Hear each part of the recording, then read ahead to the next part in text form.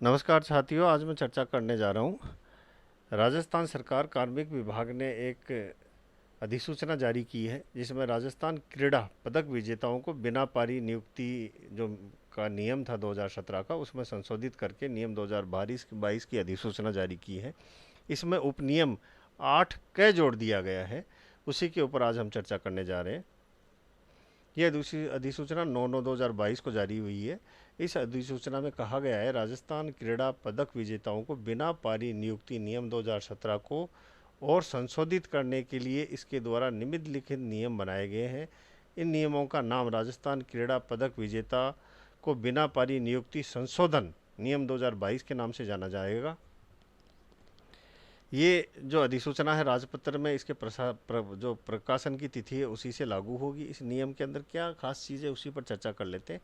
ये नियम 2017 है जिसके अंदर उपनियम 8 था। उस उपनियम 8 में 8 क जोड़कर उसको विश्लेषित किया गया है। उपनियम 1 में उल्लेखित किसी भी प्रवर्ग का कोई पदक विजेता जो राजस्थान राज्य का निवासी है, यानी राजस्थान का रेजिडेंशियल होना जरूरी है और केंद्र सरकार या किसी अन्य राज्य सरकार के अधीन पहले से ही सेवारत है, यानी सेंट्रल गवर्नमेंट या अगर अन्य किसी राज्य सरकार के अधीन नौकरी कर रहा है, यदि वह इन नियमों के अधीन नियुक्ति के लिए अन्यथा पात्र है तो उपनियम 1 के अधीन नियुक्ति के लिए उसकी पात्रता पर विचार किए बिना अधिसूची 1, अनुसूची 2 या यथास्थिति अनुसूची 3 में उल्लेखित किसी समतुल्य पद पर राज्य में उसकी नियुक्ति के लिए विचार किया जा सकता है। ये महत्वपूर्ण संशोधन किया गया है।